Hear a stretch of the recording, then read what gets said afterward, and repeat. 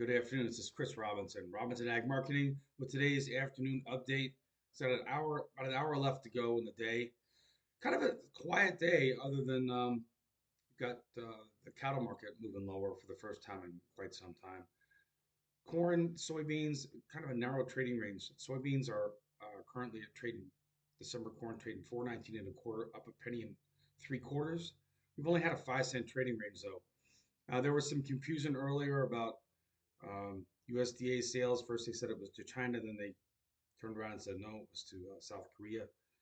At the end of the day, the market really kind of shrugged it off. It is nice to see corn at least holding around this 420 area. Everybody's concerned about 407 and a half, which is the contract low.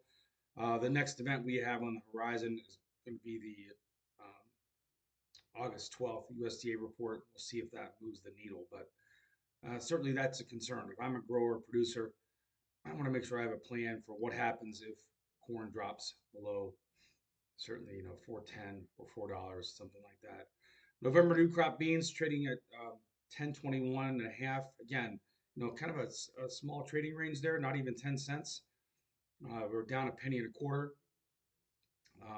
No big news at all. We're still kind of waiting to see if we get some sort of weather issue that impacts yields for the beans here in August. The beans are made in August. There's a week left here in July. Moving on to the wheat, at least, kind of the good news, bad news. We have not made major new lows for Kansas City or Chicago. Minneapolis is kind of another story. Minneapolis is really flirting with,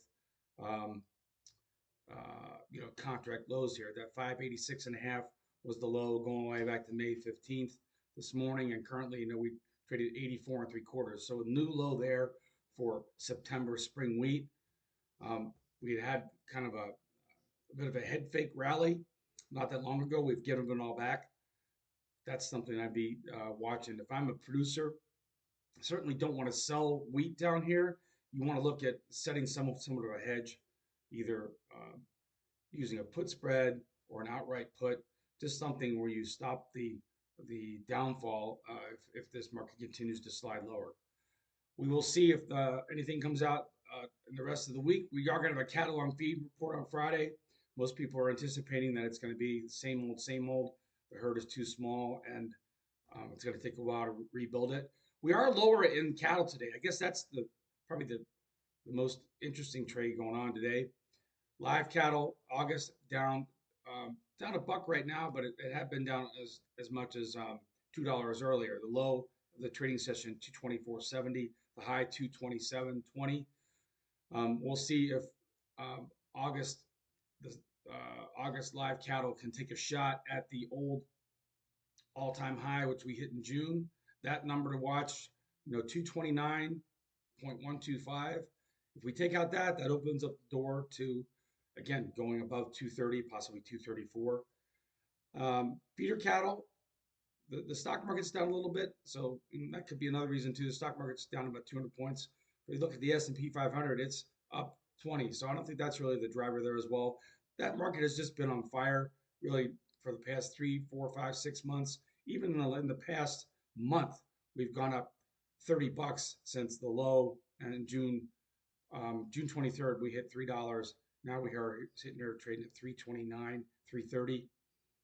I would continue to follow suit.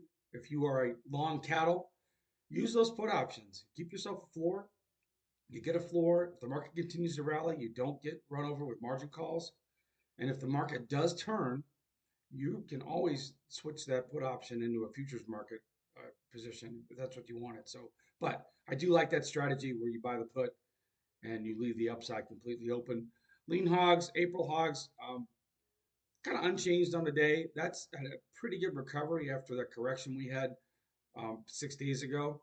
You saw April hogs go down and trade 84. We're sitting there at 88. It looks like they want to take a shot at 90, which is the contract high, which we hit back in June. Again, same idea there with hogs. If the market's going to trend higher, let it go. And I think that's what I would continue to watch.